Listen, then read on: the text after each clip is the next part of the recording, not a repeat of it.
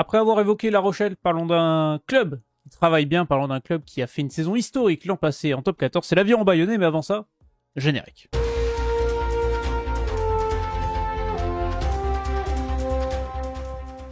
Bonjour, bonsoir à toutes et à tous, bienvenue sur la causerie, très heureux de vous retrouver aujourd'hui pour parler de l'Aviron Bayonnais. La reprise du top 14 arrive petit à petit, ça y est, on s'y rapproche jour après jour, et du coup on va évoquer encore une fois un nouveau club. Après avoir parlé de La Rochelle longuement la semaine passée, on va parler de l'Aviron Bayonnais, on alterne un club qui a fait une moins bonne saison et un club qui a fait une très bonne saison. On est parti pour les Basques de l'Aviron Bayonnais, je suis toujours avec Lionel, forcément, on parle de Bayonne, on va pas tomber mieux, comment tu vas? Ah bah très bien, écoute, comme je te disais en off, j'ai eu ma place pour Clermont-Toulouse pour l'ouverture du top 14, donc je suis ravi. Évidemment, et c'est dans un mois maintenant, on sera C'est le ça. 6, on est le 6, donc c'est dans un mois. Écoute, on va laisser monter la préparation physique, les premiers matchs de préparation, tranquille, voilà, et puis hâte que ça commence. C'est ça, ça va se rapprocher petit à petit, la tension un petit peu va monter, le palpitant va augmenter légèrement, ça va être bien sympathique. Et du coup, on a tendance sur cette chaîne pour vous occuper tout l'été.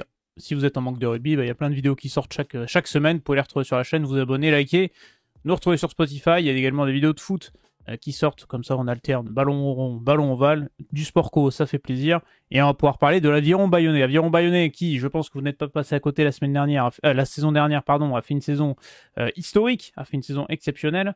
L'Aviron Bayonnais est allé pour la première fois dans les phases finales de top 14, sur les phases finales récentes de cette saison. On va revenir un petit peu sur la saison dernière, on va évoquer le mercato qu'on avait évoqué notamment avec Thomas dans les vidéos mercato, et puis on va se projeter un petit peu sur l'année prochaine en faisant un petit 15 types comme on a fait avec La Rochelle la semaine dernière. Vous connaissez la musique et le topo, on est parti. Bayonne, Lionel, une saison qui restera dans les annales pour les prochaines années, parce que c'était une saison de fou. Demi-finaliste contre le Stade Toulousain, pas déméritant jusqu'aux demi-finales. Un Jean Daugé invincible. Ah, saison parfaite quasiment. Ah ben écoute, après, je pense que tout, voilà, pour avoir eu des échos de mes amis, des personnes qui vont au stade, c'était une saison incroyable.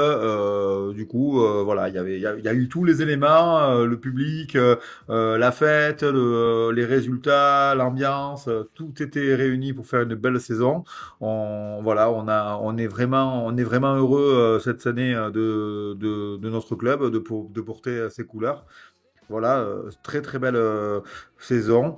Voilà, alors à la base, on était parti pour quand même se qualifier pour le top 8. C'était l'objectif de la base, hein, qu'avait demandé Monsieur Tayeb. Voilà, petit à petit, le top 6, on a vu que c'était réalisable. Donc, je pense que c'est devenu l'objectif quasiment à mi-saison. Et après, vu qu'on était dans les quatre premiers, pourquoi pas y rester? C'était l'objectif, surtout sur la fin de saison. C'est vraiment une très très belle. Voilà, on a fait une très belle saison. Invaincu à Jean Daugé, ça c'est énorme. Surtout, on commence quand on va à Noeta aussi, on gagne aussi, et c'est ça C'est qui fait la ça. différence aussi. On perd pas les points à l'extérieur, et puis quand même voilà, on perd pas les points qu'on va gagner à l'extérieur à Noeta. Et puis surtout, on a quand même aussi réussi à aller chercher 2 victoires à l'extérieur, plus quelques points de bonus par-ci, par-là, un match nul aussi, je crois, je me souviens. Et je trouve que c'est une belle saison. On commence à aller chercher des points, on s'exporte un peu, et voilà, c'est bon pour l'année prochaine. C'est bon pour l'année prochaine, exactement. Bayonne, quatrième du dernier exercice, on l'a évoqué. 15 victoires, 1 nul, 10 défaites. Ça, voilà, comme ça tu avais le match nul exactement. Une saison solide acquis avec une quatrième place pas si loin de Toulon, même s'ils n'ont jamais réellement matché avec les trois de devant, mais c'était quand même assez intéressant. Tu t'es vite détaché ce haut de tableau très compact du top 14. Et puis tu as eu des joueurs qui ont extrêmement bien performé. Et t'as un projet global club qui est vraiment sur le long terme est ficelé, quoi. On a l'impression de savoir où va Bayonne, ce qui n'est pas le cas de tous les clubs et ce qui est très intéressant. Évidemment, déjà le recrutement interne avec Lopez qui est passé du coup maintenant de joueur à entraîneur. Du coup, ils ont créé il y a quelque temps là le centre de formation aussi qui fait que les joueurs pour accompagner les jeunes joueurs du Pays Basque ils sont nombreux, hein. Donc il y a énormément de joueurs qui peuvent maintenant faire une carrière professionnelle en restant pas très loin de chez eux. Donc voilà, ça faisait quelques années déjà parce que la formation bayonnaise travaille bien, hein, ça fait 7-8 ans qu'on a beaucoup de jeunes qui touchent, qui jouent en première. Et là, le fait qu'on a réussi vraiment à installer un centre de formation, c'est que les meilleurs, eh ben, on les garde et puis on essaie de les prolonger. Voilà, et pour durer, pour rester, pour jouer encore le haut du tableau. Alors, on n'est pas encore au niveau des deux trois meilleurs clubs du top 14, mais je pense qu'on fait belle figure et entre là, pour jouer la qualif chaque année, je pense que ça pourra être possible. C'est l'objectif top 6. Encore une fois, l'an prochain, fiction, on parlera un petit peu de l'année prochaine juste après, mais c'est vrai que Bayonne s'inscrit dans un projet long terme assez cohérent, assez logique, que ce soit en termes de recrutement, de formation, tu en as parlé avec les jeunes, de staff, de jeu. Il y a une ADN bayonnaise, il y a tout pour réussir à Bayonne en réalité, parce que tu as déjà le public qui est à ta cause, un stade invincible, tu as des moyens quand même qui commencent à arriver aussi petit à petit, ce qui fait que derrière, on va pouvoir enchaîner sur ce mercato. Alors, on a fait une vidéo entière sur le mercato de top 14, donc on avait évoqué Bayonne, c'était le premier club qu'on avait évoqué notamment, vous pouvez la retrouver, mais on va reparler un petit peu de ce mercato bayonnais où tu perds un petit peu une charnière, Guillaume Rouette et Camille Lopez qui s'en vont notamment, t'as Jeanne Mousquet pour parler des jeunes qui se voient du côté de l'UBB, mais de l'autre côté t'as quand même des arrivées assez intéressantes, je pense à cette ligne de centre, Léota Fischer, bon si Fischer est laissé tranquille par les blessures, ça fait quand même des troisième lignes assez intéressants qui arrivent notamment du côté de Bayonne. Je pense que ce recrutement, bon, déjà, on va parler des absents, hein, des partants, évidemment, Ouais. Lopez et Rouette. Bon, malgré que c'était deux joueurs cadres qu'ils ont fait toute la saison, voilà, on arrive en fin de génération, à 35, 36 ans. Je pense que Lopez a voulu avoir son mot à dire sur. Il n'a pas voulu faire la saison de trop. Il se sentait plus, les blessures, voilà, voilà, s'il a dû arrêter. Et puis Guillaume Rouette, ben, du coup, voilà, il n'a pas été prolongé, 36 ans. Voilà, il s'est lancé un dernier défi à Nice, voilà. Mais pour moi, voilà, je mets Cassim aussi avec, Hmm. qui s'en va aussi à 35 ans. C'est peut-être que Bayonne, pour rester en haut du tableau, s'est dit il faut les libérer de la masse salariale pour recruter un petit peu et pour voilà, et pour recruter des joueurs de qualité. Voilà, et puis pour les arrivées, évidemment, tu l'as dit, hein, Alexandre Fischer est perçu comme la grande recrue star de la saison, évidemment parce qu'il a été en équipe de France, il a fait des très gros matchs avec la tournée, mais une très grosse saison avec Clermont. Évidemment, c'est un profil qu'on a déjà avec un peu avec notre ami Bruni. On aura deux joueurs comme ça maintenant qui peuvent gratter les ballons et qui peuvent, ben, en défense, c'est important, hein. Donc voilà, on a aussi Après, on a beaucoup d'énigmes. On connaît pas forcément la valeur de tous ces joueurs. Toi, Hanscombe, qui est quand même un international gallois, mais qui est un petit peu, voilà, hein, on va le redécouvrir parce que ça fait longtemps qu'on le voit plus en haut de l'affiche. Après, il y a ce Sudaf en neuf aussi on attend vraiment un puncher pour venir dynamiser un petit peu le groupe. Rouet va laisser un gros vide, donc il va falloir le remplacer.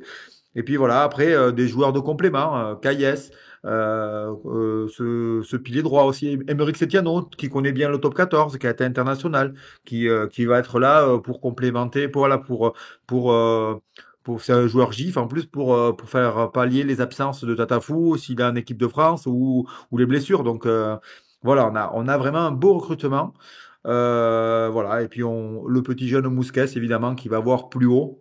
Il se dit qu'à Bordeaux, c'est plus haut, donc pour lui, hein. Bon, il va falloir qu'il gagne sa place là-bas, mais voilà, c'est peut-être le seul bémol de ce recrutement. C'est ça, c'est la paire de Sean Mousquet, mais Bayonne, tu l'as dit, c'est renforcé, notamment à l'avant, où il fallait mettre un peu plus peut-être de rotation, parce que bon, Luc Tagi est toujours là, mais Tatafou était souvent blessé. Swan Cormenier est excellent la saison passée, il faudra penser aussi quand il faudra le faire souffler ou le doubler, comme ça t'as pris un mec. Oui, il y a cette interrogation peut-être avec Yann Thiès et j'oublie le nom de j'ai un trou. Hanscom, pardon, qui pareil, s'il est lâché par les blessures, ça reste un joueur avec qui on avait promis une belle carrière, qui a été un petit peu handicapé un petit peu par les blessures. On va voir comment il sera à 34 ans, lui qui arrive de Gloucester. Donc ouais, il y a quand même un recrutement intéressant, et puis tu dis toujours que Bayonne peut compter sur son centre de formation, on a commencé à en parler, mais c'est quand même un centre ultra performant qui peut te sortir des joueurs et donc pallier un effectif qui s'est étoffé. C'était le principal objectif de Bayern, je pense, pour cette saison qui va arriver, c'est étoffer l'effectif. Et surtout, moi, c'est pas vraiment un recrutement, mais de réussir à prolonger des mecs comme Tatafou, comme Makala, c'est parti des Ah, très bons coups, entre guillemets aussi. évidemment, ça t'inscrit toi-même, tu sais, c'est par rapport aux yeux du public, déjà, et même des autres joueurs. Déjà, je pense que quand tu es un joueur de rugby, n'importe quel, quand tu vois ce qui se passe à Bayonne, voilà, la sympathie qu'ont les autres clubs pour Bayonne, parce que moi, quand je vais à Clermont, tout le monde m'en dit du bien. Voilà, je sais que mes amis de Toulon, ben, ils aiment bien Bayonne. Beaucoup de gens aiment ben, cette atmosphère. Donc, ben, du coup, ça permet de, quand tu gardes deux gros joueurs comme ça permet peut-être de dire à d'autres, ben, venez nous rejoindre, on grandit, on veut aller plus haut et voilà, Alexandre Fischer, il est pas venu dans un jeu d'une équipe qui joue le maintien, quoi. Et je pense que ce qui l'intéresse, c'est de, voilà, il a signé 3 ans. C'est pour voir, pour jouer la qualif chaque année et pourquoi pas aller vivre d'autres émotions plus fortes que ça. Mais évidemment que c'est très bien et tant mieux.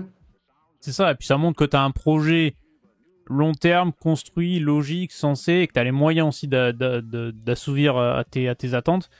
De garder des mecs comme Makala et Tatafou, ça montre que Bayonne est un candidat sérieux, peut repousser les offres. On a vu le cas Tatafou qui s'est passé avec notamment l'Union Bordeaux-Bègles. Si tu arrives à résister au gros poisson de ce top 14, ça montre quand même que tu es un club avec voilà, de l'ambition, avec un contexte qui est sympa aussi pour performer. Donc ça, c'est intéressant aussi. Ça montre aussi une progression des clubs pour qu'il y ait un top 14 encore plus resserré en haut et qu'on ait encore plus de suspense nous en tant que spectateur. Et ça, c'est un plaisir et un bonheur. Et en parlant de recrutement, t'as déjà officiellement mis un recrutement pour l'an prochain. C'est Léo Colli qui arrivera à la fin de la saison 2026. Ça aussi, c'est un beaucoup. Est-ce que tu as lu, ce qu'il a dit dans le Sud-Ouest? Il a dit simplement quand on est du sud, quand on est né dans le Sud-Ouest et qu'on est du Sud-Ouest, aller jouer à Bayonne, c'est une évidence aujourd'hui. Ça veut dire qu'évidemment tu peux aller jouer à l'UBB, tu peux aller à Bayonne, mais évidemment c'est une fierté pour ta famille, pour tout cela. Voilà, il va jouer, il veut jouer pas très loin de chez lui et jouer à Bayonne avec l'ambiance, avec l'atmosphère, tout ça, ben, ça donne des frissons. Hein, donc voilà, et je pense que Montpellier aujourd'hui ne lui apporte plus ça et voilà, c'est pour ça qu'il a signé à Bayonne et en amont. Bayonne est en train vraiment de s'imposer comme un, un club cadre. Et la progression de Bayonne depuis quelques années, depuis cette remontée de Pro D2, est quand même assez folle. Pas toi en tant que supporter, comment tu l'as vécu, mais d'un point de vue extérieur, c'est quand même impressionnant. Ça allait très très vite et dans le bon sens. Ils se sont construits. Après, la fondation du centre de formation, c'est énorme parce que du coup, Mm. ils se sont construits. Ils avaient déjà, tu sais, Bayonne. Il faut savoir que Bayonne, c'est quand même Olivon, c'est quand même des joueurs qui ont touché le niveau international, mais dans d'autres clubs. Voilà, même clairement à l'époque, ben, tu vois, tu avais quand même t'avais des filières un petit peu basques. Tu avais Bérégaray, tu avais Lopez, tu avais je crois que tu avais Tiberghien qui a été aussi. Tu vois, il y avait des joueurs qui peut-être qui ne pouvaient pas exister à Bayonne puisqu'il n'y avait pas de centre de formation, qui ont été voir d'autres centres de formation. Je me rappelle aussi que toi, le Spring, il a été au Racing. Toi, Bayonne, c'est quand même un gros noyau de joueurs au Pays Basque. Il y a beaucoup de joueurs d'équipes en Fédéral 1, toi en National. Ah oui, Voilà. le Pays Basque est une terre de rugby, Et ouais, donc du coup, ça aide aussi. d'avoir un club qui puisse aujourd'hui former ses joueurs et prendre les meilleurs et les amener à l'élite, c'est énorme. Donc voilà, Bayonne grandit. Bayonne grandit et va dans le bon sens. C'est ça qui est important. Qu'est-ce qu'on peut attendre de Bayonne la saison prochaine? L'objectif a quasiment été fixé. Ils ont repris lundi dernier, si je dis pas de conneries, les joueurs de Bayonne. Pas de stage de pré-saison comme ils ont l'habitude de faire. Grégory Patat a dit qu'on va aller, on va rester dans la région pour une préparation un petit peu express parce qu'avec ces phases finales qui ont fini plus tard que ce qui était initialement prévu, on va dire pour l'aviron. Du coup, pas de stage, 6 semaines de préparation intensive pour le top 14 et une reprise d'entrée début septembre. Et Bayonne va être un peu plus attendu la saison prochaine. Qu'est-ce que on peut attendre de Bayonne? C'est d'être à la lutte pour le top 6 et finir dedans. Ah, évidemment, c'est la confirmation de l'année. C'est ça. On va être exigeant, on va être ambitieux. Évidemment, ça va être une équipe qui va être attendue.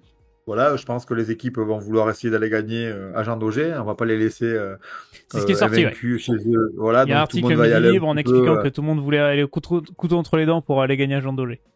Je pense que après voilà, maintenant je vais pas, je vais être rationnel. Bayonne. Bayonne, l'an dernier, a quand même eu un calendrier ultra favorable aussi. Ils ont reçu, par exemple, Toulouse et Bordeaux pendant les doublons. Voilà, ils ont su mettre des points de côté quand il fallait. Ils ont scoré. Ils ont été gagnés à Lyon, inattendu. Bon, ils ont été ultra réalistes. Ils sont restés sereins à domicile, avec un calendrier plutôt favorable sur le milieu de l'année. Donc maintenant, cette année, là, ils commencent le championnat. Ça va être un peu difficile quand même. On va recevoir Toulon rapidement. On va recevoir Toulouse en 15 jours rapidement. Toulouse se plaignait l'an dernier de se déplacer à Bayonne toujours pendant les doublons et jamais à plein. Là, je peux vous dire que Poitrenaud et Hugo Mola, ils vont pas y envoyer les espoirs. Ils vont y envoyer la grosse équipe et ils vont vouloir aller faire en sorte que Bayonne tombe. Évidemment, c'est un danger, mais si le Bayern veut grandir, c'est l'ambition, hein. À un moment donné, on peut pas toujours se cacher en disant, ah, voilà, peut-être qu'on sera battu à domicile. On ira chercher les points à l'extérieur si jamais c'est pas fait. Mais je pense que l'ambition de la 6e place est obligatoire. L'an dernier, on disait, on se cachait un petit peu, on va finir 8e, c'est pas mal déjà. Nanana. Cette année, tomber en dessous de la 8e place, ce serait un échec, clairement. Donc voilà, 8e place, c'est vrai pour moi, ça serait vraiment comment dire, la saison, voilà, sauver la saison, c'est 8e, et puis en dessous, ça serait un échec, malheureusement. Et la réception de Bordeaux, ça sera le 9 mai 2026, donc on a le temps de voir revenir. Mais c'est vrai que bon, si Bayonne n'est pas un vainqueur Jean Daugé, mais finit dans les 4, bon, je pense qu'on pourra considérer ça comme une Ah, saison réussie. dans les quatre, donne-moi le contrat, je pense que je l'envoie à tous mes amis. Dans les quatre, je pense qu'on le signe de suite. On va pas être gourmand, je pense que le top 6 va être déjà une grosse performance. Il faut savoir que le championnat, c'est pas, il n'y a pas 5 équipes et les autres, il y a Oui, quand même une dizaine d'équipes une grosse densité, là. qui peuvent y prétendre, donc voilà. Il y a une grosse densité aussi. Est-ce que Bayonne peut jouer un petit coup en Champions Cup? Je sais pas vous, comment vous le percevez à Je pense Bayonne qu'ils ou... ils vont jouer les matchs tu sais, ça amène de la ferveur, hein. Je pense qu'ils vont jouer Ouais. les matchs à domicile. Je pense pas après une qualification, ça serait joli. Mais, faut voir comment débute je pense que, l'appétit vient en mangeant. Donc, on verra comment se passe le début de saison. Faut pas te blesser. Oui, Ouais. on a étoffé l'effectif, mais, voilà, sans porter préjudice au recrutement. Voilà, Caillès et Thiago, c'est des joueurs de complément. C'est pas des internationaux qui viennent, qui vont faire évoluer l'équipe non plus, toi. Donc, soyons prudents. Voilà, on verra. Déjà, je pense que si on maintient dans le top 6, top 14, et qu'on fasse deux, trois bons matchs en Coupe d'Europe, ce sera pas mal. Ce sera une saison réussie pour l'avion. Bayonnais, ça c'est fortement logique. Bon, ben, on va finir cette petite vidéo tranquillou avec la traditionnelle compo. Je vous affiche le visuel de suite. Hop, le site Ma Compo qui me régale à chaque fois pour pouvoir faire les petites compos. Est-ce qu'on peut faire un petit 15 types déjà de à quoi pourrait ressembler l'avion bayonnais la saison prochaine? Écoute, je te laisse me suggérer tes Bah noms. Je écoute, pense on va que. parler déjà pour moi, de la révélation de l'an dernier, c'est Swan Corbenier, hein. Swan Corbenier a fait Ouais. une saison extraordinaire. Il a été énorme. Pour moi, franchement, il a passé un cap. Donc, il y a pas, voilà, il sera encore le titulaire à ce poste. Évidemment, on espère que Caillès et Bordelais vont pas être trop loin derrière, parce qu'il faut, et Castillon, hein, le jeune de Saint-Palais, là, le jeune Hmm. formé au club et qui est du Pays Basque. Donc, voilà, et on a quatre piliers là qui puissent derrière matcher avec lui. J'espère qu'ils le pousseront au cul pour que, ben, nos quatre piliers soient bons, en fait, parce que on met une équipe type, mais on sait très bien qu'une saison, il faut au moins deux, trois types, Oui, quatre même pour la faire. Tu m'as mis Martin. Évidemment, c'est la révélation qu'on attend pour l'année prochaine. Je suis d'accord ouais. avec toi. J'aimerais bien le voir un peu plus titulaire. Il a été très bon lors des rentrées qu'il a fait. Voilà, Bosch commence à avoir 32 ans. C'est le moment, je pense, que les deux joueurs reviennent un petit peu. Ouais, Bosch était le titulaire, mais je pense que Martin a besoin évidemment de matcher un peu plus et de montrer qu'il est là. Donc, c'est très bien. Et évidemment, Tatafou. Ou Taiji, on a deux billets droits internationaux à ce poste. Voilà, on n'a pas recruté, on n'a pas gardé Tatafou pour le mettre sur le banc, donc c'est le titulaire à droite. C'est ça. Et ben, je pense que ça va être une belle première ligne et Bayonne pourra rivaliser avec les meilleurs packs, je pense, de top 14. En tout cas, il y a les armes pour. Qu'est-ce que tu mettrais en deuxième ligne, 4-5? Oh, ben, on va mettre le capitaine, hein, notre Basque qui justement était à Clermont, qui est revenu, Iturria. Donc en Ouais. 4, c'est logique, c'est le capitaine, c'est le leader, voilà, c'est lui qui parle en conférence de presse pour le moment. Donc toi, je pense qu'il sera forcément titulaire. Iturria. On fait pas de faute d'orthographe, ils vont le mal Ouais, le prendre. Mais bon. c'est pour Ouais, ça, voilà. je me méfie. Et Alexander Moon a fait une excellente saison un peu plus discrète voilà, mais il a été énorme, voilà, sous les tâches un petit peu obscures, donc il mérite largement sa place. Il est un peu léger, mais il fait son poste. Alors du coup, il peut jouer 4 aussi. C'est pour ça qu'on attend aussi quand même, on va voir cet Écossais là, Johnson, qui est quand même assez une belle poutre, donc s'il peut de temps en temps rentrer en fin de match et soulager nos amis en deuxième ligne pour qu'on tienne en mêlée, ça pourrait être sympa. Donc, Ewan Johnson Johnson, qui vient d'Oyonnax, ouais.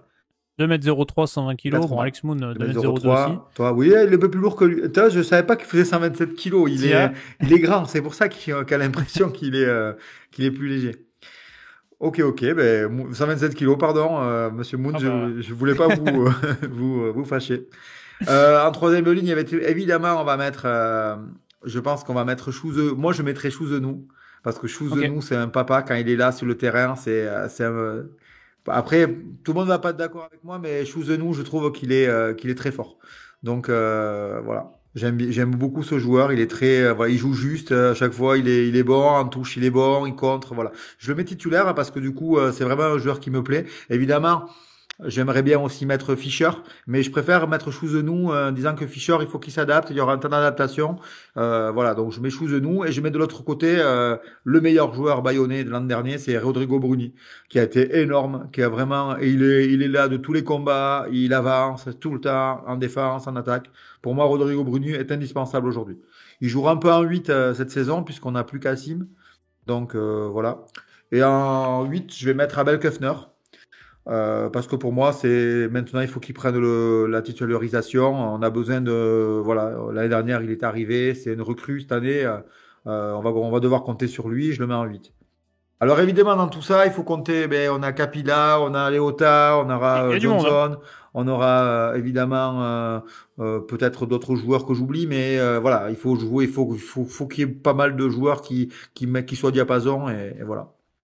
Allez à la mêlée pour la charnière. Charnière, ben écoute, charnière, je sais pas ce que va donner Yantis, alors je vais mettre Machno, parce que Machno, on a besoin quand même de l'expérience.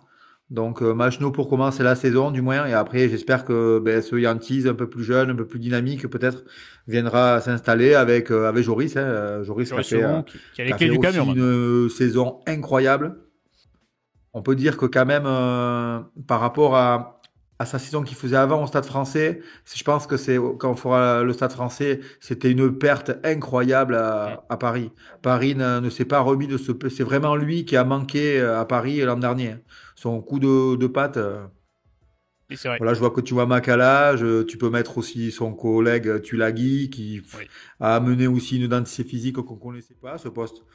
Même si Martok fait des très très bons matchs en défense, en attaque, je trouve que Tulagi, voilà, il a amené un supplément à cette équipe. En numéro 11, on aura évidemment l'Argentin Carreras, mais qui va être absent pendant un mois puisqu'il est avec les Pumas Mas, pour ouais. le Tri Series. Donc bon, tu peux le mettre parce que c'est le titulaire au poste, Carreras. Et à droite, hein, on a eu Spring qui a fait une très belle saison. Je sais pas ce que tu en penses. Ouais, Il a excellent, fait une très Tom belle Spring, ouais. saison. Il a besoin de confirmer, je pense. Et Tiberghien à l'arrière, voilà. Tiberghien à l'arrière. Je pense après on va garder ce qu'on avait l'an dernier, hein. On va s'appuyer sur ça. Et puis après, ben écoute, on a au rabais, on a de très bons jeunes qui peuvent venir Herbin Tegaray, qui peuvent venir matcher. Voilà, je pense que c'est pas mal pour moi. Après, évidemment, il y aura Paulos aussi. Il y aura évidemment Gaëtan, pas Gaëtan, Germain, le jeune demi de mêlée, Baptiste Germain, le demi de mêlée, et Anscombe pour venir aussi faire la rotation. Oui, c'est une compo, c'est une équipe qui a de la gueule quand même, qui a de l'allure, où il y a de la rotation, avec des joueurs qui arrivent comme Anscombe qui peuvent pallier le poste de 15 aussi, hein, en plus du poste de 10. Bon, c'est une équipe qui est compétitive sur le papier. Ouais, de toute façon, il faut avoir une rotation régulière. On peut pas jouer tous ces matchs. L'année dernière, on a vu que ce qui faisait la différence, c'est quand t'as Tatafou blessé en fin de saison, ben, t'as Luc Tadjit. Donc, du coup, un international fidjien qui tient le rôle, qui tient le poste. Voilà, le petit Castillon, je disais, à gauche, là, il a été énorme quand il est rentré, en mêlée fermée, il a tenu. Il faut en parler de ces joueurs-là parce que du coup, c'est pas que les titulaires. On gagne plus en top 14. Toulouse gagne chaque saison parce qu'ils utilisent plus de 50 joueurs. Autrement, s'ils en avaient que 23, ça passerait pas. Exactement. Et on l'a vu il y a 2 ans, l'UBB, elle a bien montré en ayant un 15 type, hein, une liste 23 et Ah, mais tout à fait. ayant complètement cuit en finale de top 14. C'est ça qui arrive parfois. Et ben voilà. Je pense qu'on a tout dit sur l'aviron bayonnais. En tout cas, vous avez les clés pour la saison bayonnaise de la saison prochaine. N'hésitez pas à mettre en commentaire votre prono. Où finira l'aviron bayonnais la saison prochaine? Top 6, top 4, plus, moins. Je vous laisse mettre en commentaire. Est-ce qu'ils finiront devant La Rochelle, qui est le club qu'on a fait la semaine dernière? Vous pouvez retrouver la vidéo, elle sera dans la description évidemment. Elle est dispo sur la chaîne, n'hésitez pas donc à vous abonner. On se rapproche des 2000 abonnés tranquillement, ça fait plaisir. On vous remercie de nous suivre. En attendant, la Coupe du Monde féminine qui va arriver fin août et la reprise du top 14 début septembre, ça va nous faire une belle saison de rugby pour cette année 25-26. Bref, merci à toi Lionel de m'avoir accompagné, c'était un plaisir de pouvoir discuter de l'aviron bayonnais. N'hésitez pas en commentaire à mettre si vous avez envie qu'on parle de clubs précisément, nous mettre un petit peu des clubs dont vous avez envie qu'on échange, qu'on partage et qu'on évoque pour la saison prochaine. Moi, je vous souhaite un très très bon week-end de rugby parce que même si on n'a pas à la télé, vous en trouverez forcément à côté de chez vous. Et je vous souhaite à tous donc. Ça va être dur là. Cette semaine, ne t'emballe pas parce que même moi, c'est la reprise. Ça va être, à part la Currie Cup de Sudaf, il n'y a pas grand-chose. Là, c'est le seul week-end. Il y a le Tri-Series qui commence dans 15 jours, le 4 Nations. Mais là, par contre, ça va être un peu compliqué ce week-end. Il y a peut-être des tours sur la plage. Allez voir, peut-être sur la plage. Faites un peu de barbecue. Ouais. Faites des barbecues à la piscine. Voilà. Attention quand même à la prépa. Attention. Attention à la chaleur aussi. Mais oui, effectivement, le barbecue, ça fait toujours plaisir. On va vous souhaiter donc un très bon week-end de barbecue. Et on se retrouve la semaine prochaine pour une nouvelle vidéo. Ciao tout le monde.